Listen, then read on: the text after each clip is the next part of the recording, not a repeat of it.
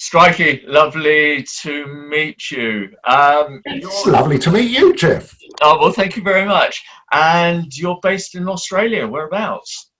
I'm in Sydney. I'm in Sydney's Northern Beaches, a place called DY. Manly is directly opposite the other end of Sydney Harbour, and we're about 6 kilometres north of Manly, still on the coast. It's a horseshoe bay, probably one of the better horseshoe bays on the whole of the east coast of Australia. So it's a lovely place. It's a beautiful coast. Myself and my family, we lived in Caloundra for a while, had a house there. And, really? Yeah, we were doing a couple of films, and so quite a long time we were on the beach there at Caloundra, and I just love that area. Absolutely fantastic. It's, I must admit, every morning we sort of wake up, we go down to the beach, I have a swim in the ocean pool, we go and have coffee at one of the dozens of sort of cafes around, and you just think, well, there must be worse places in the world to live. I think there might be. Yeah. I was just looking at some information on you, and it just says diving since 1961 with a background that encompasses military, commercial, scientific, recreational, and technical diving. What did you do in the military? Oh, can't you tell me? I mean, oh no, I can. It's very, very easy. First of all, I'd better explain. My whole family were involved in diving. I say my whole family, not my father, but his brother was a commercial diver. Their father had been in the Navy and had briefly sort of been involved in diving. And I just grew up listening to stories of diving. And on the other side of the family, there was another person who was also involved, something to do with diving. So growing up at the end of World War II, everyone had military heroes. My military heroes were the frogmen, the people that we all sort of heard about then in the late 40s. And being sort of somewhat involved with the Navy through my father and his brother and my grandfather, we went down to Portsmouth. I can remember seeing the charioteers going through their paces. These are the human torpedoes in Portsmouth Harbour. So it was something I always wanted to do. And as soon as I was old enough, I actually joined the Navy. And in those days, you had to volunteer to become a diver. And I was right on the cusp of the changeover from shallow water diving, which was the oxygen rebreathers. They were switching to open circuit air. So interestingly, the shallow water breathing course was a 2-week course on O2 rebreathers, using a single hose. The rebreathing apparatus was a single hose with the Protosorb canister on the front. The switch to open circuit air was a twin hose. And so I fronted up at the diving school. I volunteered for diving, went to the diving school. The entry-level school then was a 4-week course, ship's diver down at Plymouth. Fronted up as an 18-year-old with a kit bag over my shoulder, fronted up to the chief petty officer with my draft papers clasped in my hand and presented myself. And the chief petty officer, like all chief petty officers, they have this raucous Sid James sort of voice. And it was, right, what's your name, lad? Strike, chief. Strike, eh? I've got some relatives called Strike. What's your father's name? I said, Roy, chief. He said, Roy, eh? He said, I'm your uncle, lad. You will pass this effing course. And I thought, ripper. There's nothing wrong with nepotism. Of course, what he meant was, this is an order, not a, you've got to get it easy. And as soon as the petty officers running the course heard that I was related to the chief. I got volunteered for everything. So it was a great course. We started off with, it was dry suit, twin tanks, twin hose, doing a whole variety of things over 4 weeks, and gradually they whittle everyone down. And we started out, I think there was something close to 30 people started off, and 5 of us finished the course. And the only reason I finished the course, I was terrified of being beaten up by my uncle if I'd failed. So there were several times when I thought that I'd fail or give it away. So yeah, that was my the military diving, the start of it, and then on a frigate. So my first overseas trip was through the Mediterranean out to the Far East. Sorry, am I? So I'm just sort of crapping on.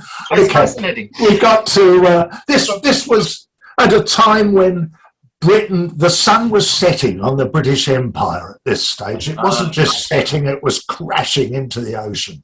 Yeah. And we got to Aden, where there was insurgency going on. And it was there we had our first brush with sharks. And coming from the UK, we'd all heard about sharks and how evil they were, and the fact they were just lurking around waiting to rip anyone that got into the water to shreds.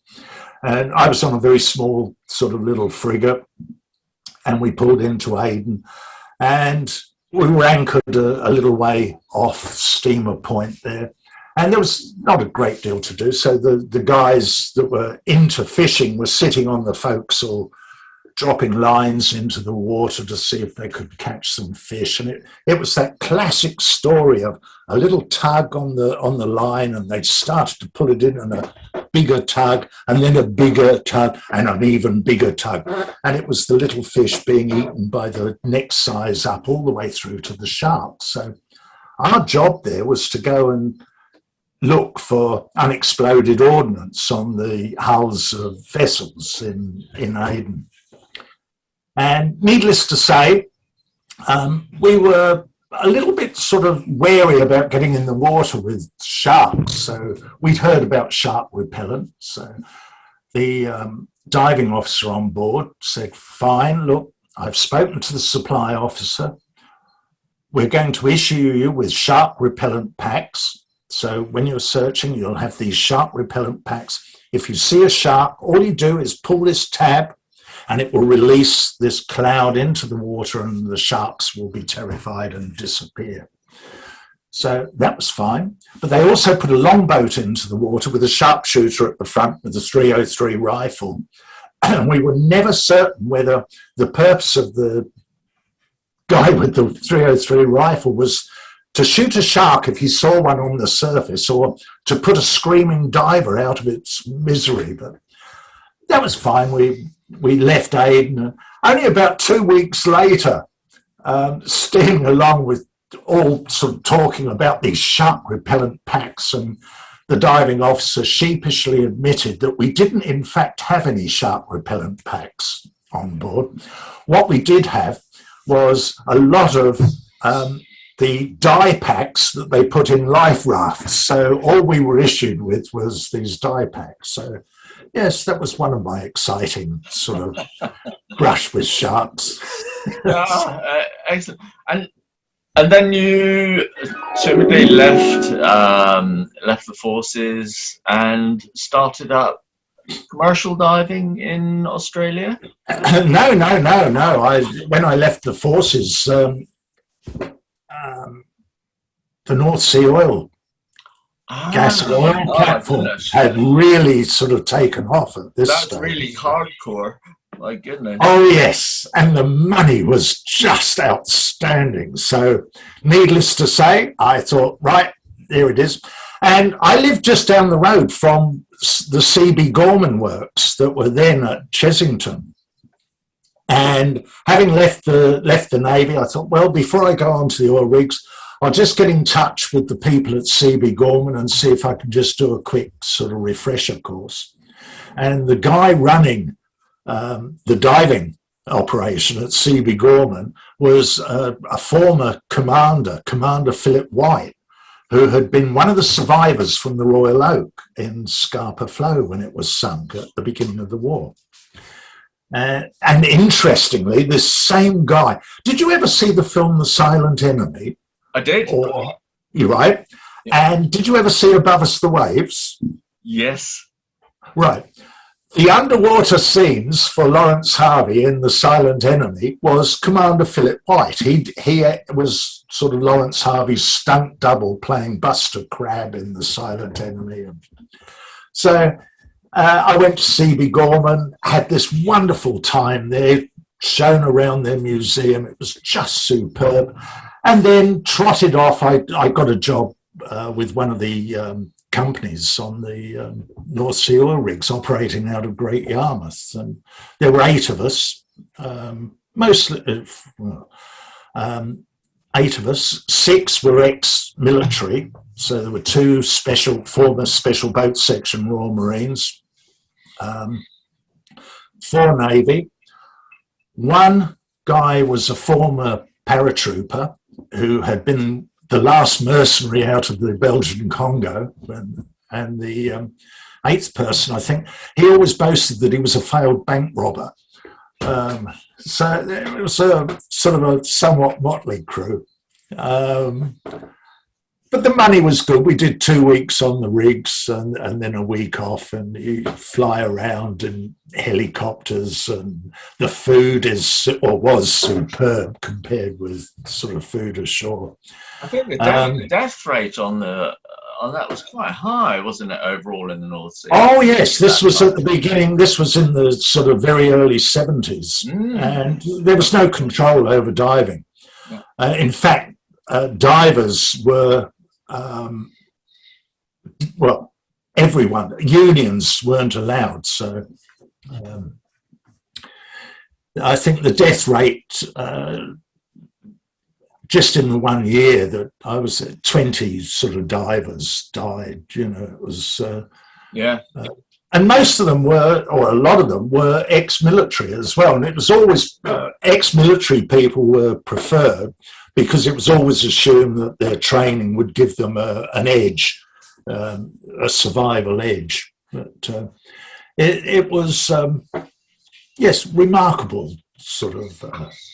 I do remember thinking after doing all my training and stuff, jobs were not easy to come by, and I thought, okay, North Sea, that's money is amazing, as you were saying, Dela. And I think a week, or as I was about to sign papers and things, a media job materialized. And I thought, thank you, God, there is... I can go and do something I think I'm going to love. So that was... It actually worked the other way around for me. We left the oil rigs. We decided to come to Australia. Sylvia, my wife's brother, had already emigrated out here. And we thought, well, why not? We actually applied, first of all, we wanted to go to Canada, but it was £25 each to emigrate to Canada. And all they kept sending me was information on how to be a coal miner in Manitoba, which really didn't sort of appeal terribly much. Then we thought of New Zealand, and that was £25 to go to New Zealand. And as everyone knows, New Zealand's right on the edge of the world. You go further out from New Zealand and you fall off the edge. Then there was Australia, that was just £10 to come here and immigrate. So needless to say, we came to Australia. But, I came with the intention of diving on the Bass Strait oil rigs that were taken off here. However, unlike the UK, the divers here were unionised, and there was an industrial dispute that lasted a whole year.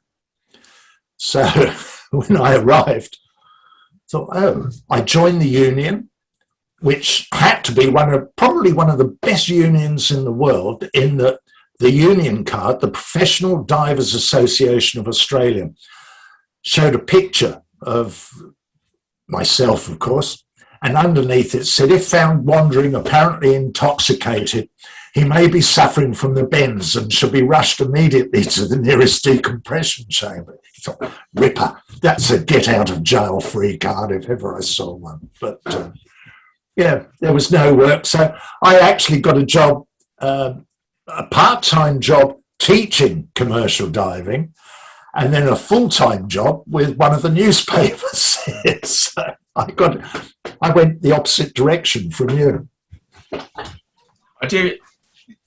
Yes, I do remember. I think last time I worked in Australia was '96. We were doing a couple of films there, and a few years later, it came out that you could only film, or companies could only film in Australia if they used an Australian crew. Yeah. Is that still the case? I believe that it is. I believe that they still have these quota things in place. And they also have, stepping back a bit, the North Sea was unregulated, so the death toll was absolutely horrendous. And at that point, in the mid-70s, the Manpower Services Commission stepped in, decided that regulation was necessary, and that was later taken over by the HSE, the Health and Safety Executive, and training programs were put in place for the divers. And that model was followed in Australia to the point where now film crews coming in also have to have the necessary commercial qualification in order to work as, for example, cameramen. Yeah, but foreign crews. I mean, my aspect was documentary and wildlife and stuff, and we couldn't even, after that time, we couldn't even come into Australia to film. We had to use Australian cameramen. Ooh. So I've seen that's changed now. Oh, I honestly don't know. I would assume that it has. Right. Yes. Yeah. It's a bit harsh. Yeah. But and I think right at the moment, of course, it's absolutely impossible for anyone to get in. You know, they keep closing the borders. So. Yeah. No, of course. And you established an internationally affiliated media organization. Yes. So my experience with the newspapers, I thought, this is so good. I was selling advertising, and I thought worked briefly for Murdoch, and then started my own media representation company, and I gradually acquired 2 or 3 partners.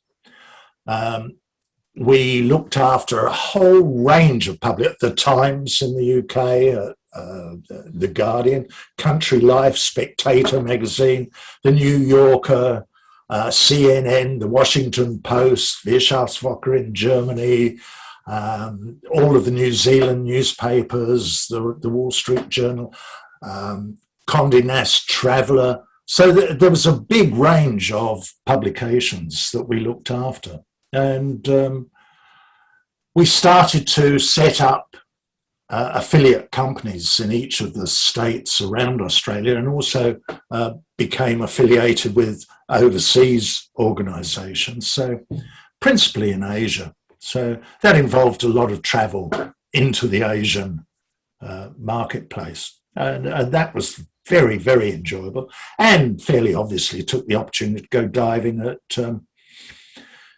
every opportunity. But it also meant, you know, I went into places like Vietnam very early on before tourism took off, Laos. Yes. Yeah. Gosh. And now there's Oztek. Oh, yes. Which is diving conferences. You started that? No, I didn't. No. I think Oztek started. No. It's Oztek started in 1999 by a guy called Richard Taylor. Richard was running TDI here in Australia. And I don't know if you ever saw that there used to be a television commercial, an American guy talking about the Philips electric shaver. And he said, I tried it, liked it so much, I bought the company. And it was a case of, I knew Richard, we had dived and been involved in diving with Bob Kaysen, who was one of the pioneer techies here. Richard decided to start Oztek, a technical diving conference. It's very small when it started. The first people that came over in 1999, Brett Gilliam from TDI, Nuno Gomez, who had just established then a depth record, Richard Pyle from the States was over, a number of local people as well. So it was small, but very, very focused on tech. Oh, Jim Bowden was there. It was superb. And Richard really struggled. Being a very small operation, it really wasn't making a lot of money. Its appeal was to a very narrow sort of audience. So in terms of helping and assisting him with the next one in 2000 and 2002, I bought in and gradually sort of took over the running of it. So that ran every 2 years and would still run every 2 years were it not for COVID-19. It's been deferred.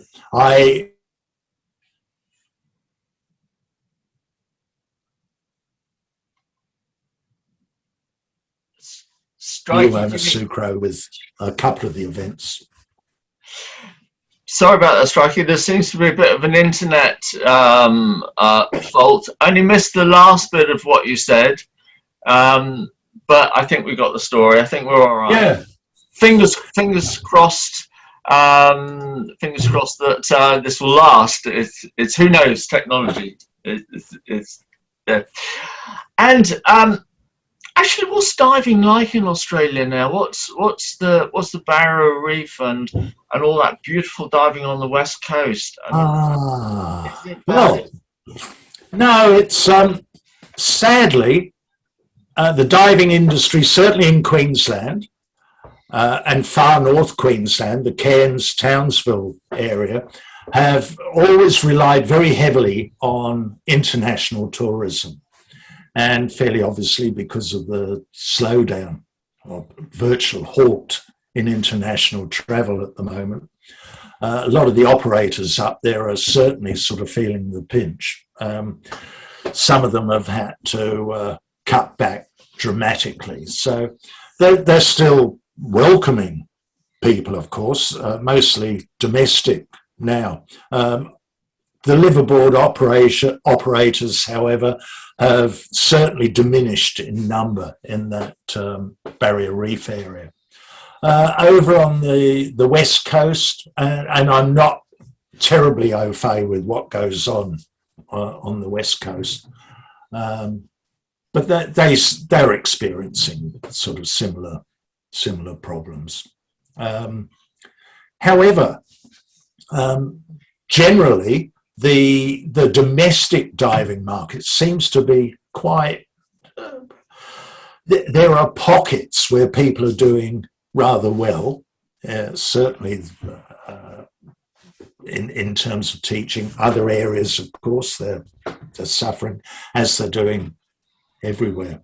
But in terms of the actual diving, there's a stronger move towards tech diving now. I think rebreathers are becoming more accepted into the diving community, and the costs are coming down a little, and the training costs are not necessarily as prohibitive as they once were. And also people are, sounds horrible, but they're better educated about the need for education now and training. So And I think the agencies have done and are doing an excellent job in helping that education. And certainly newcomers like RAID have made tremendous inroads in that regard. I saw you were talking to Paul the other day, so. Yes, indeed, indeed.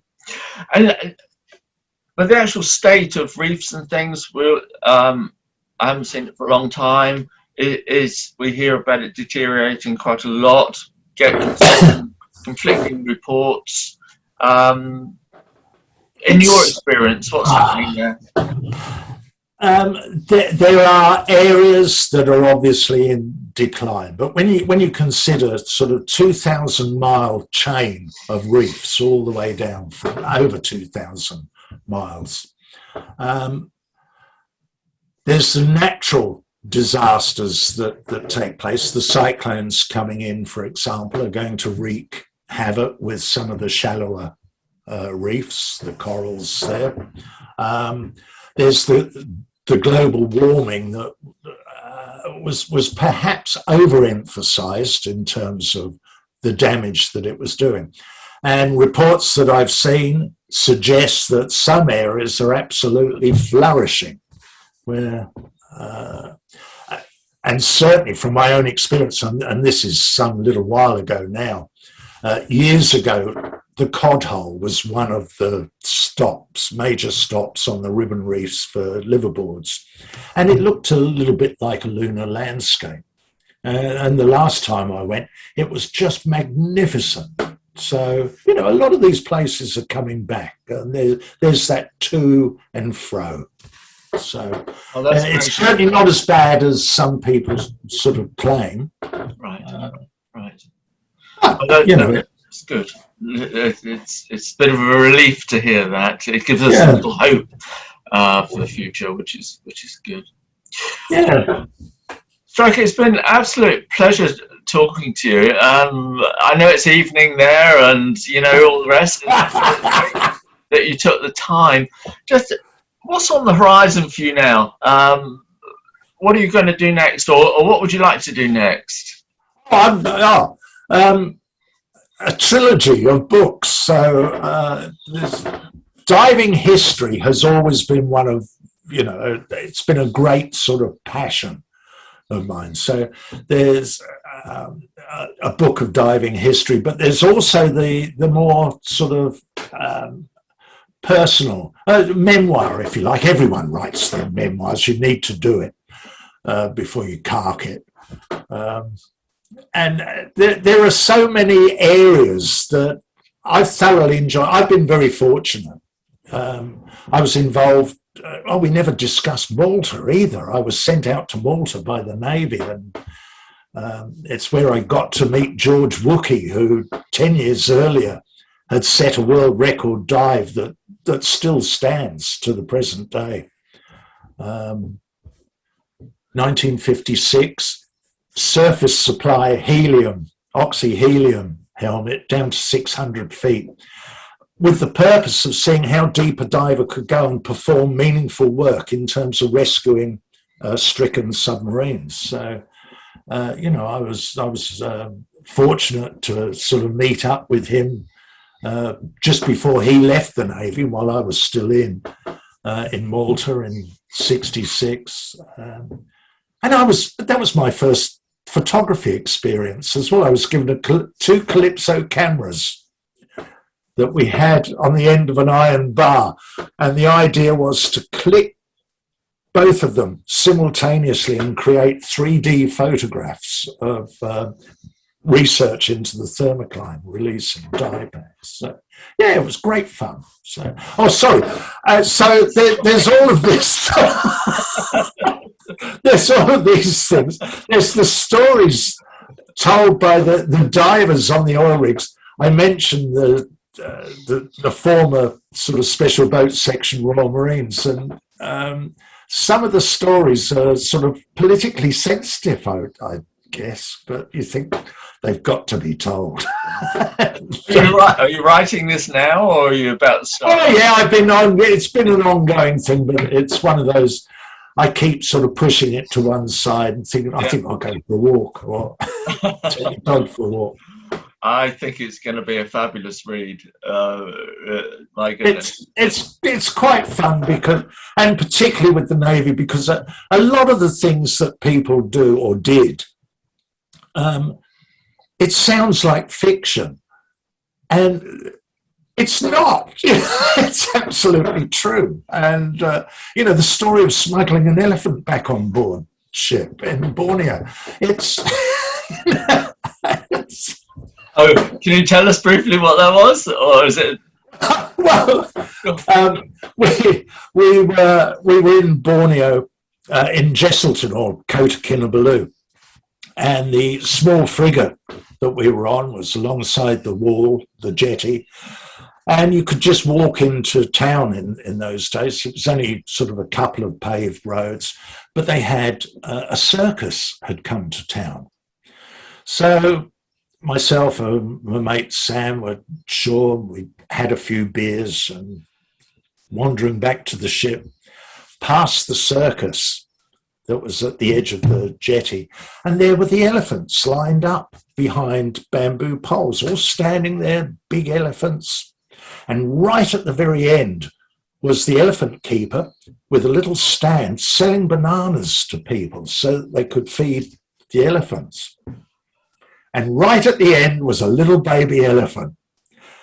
And no one was feeding it bananas. So Sam and I brought a bunch of bananas and thought, let's feed the baby elephant. And the baby elephant, not being as well trained as the other elephants, stepped across the bamboo pole.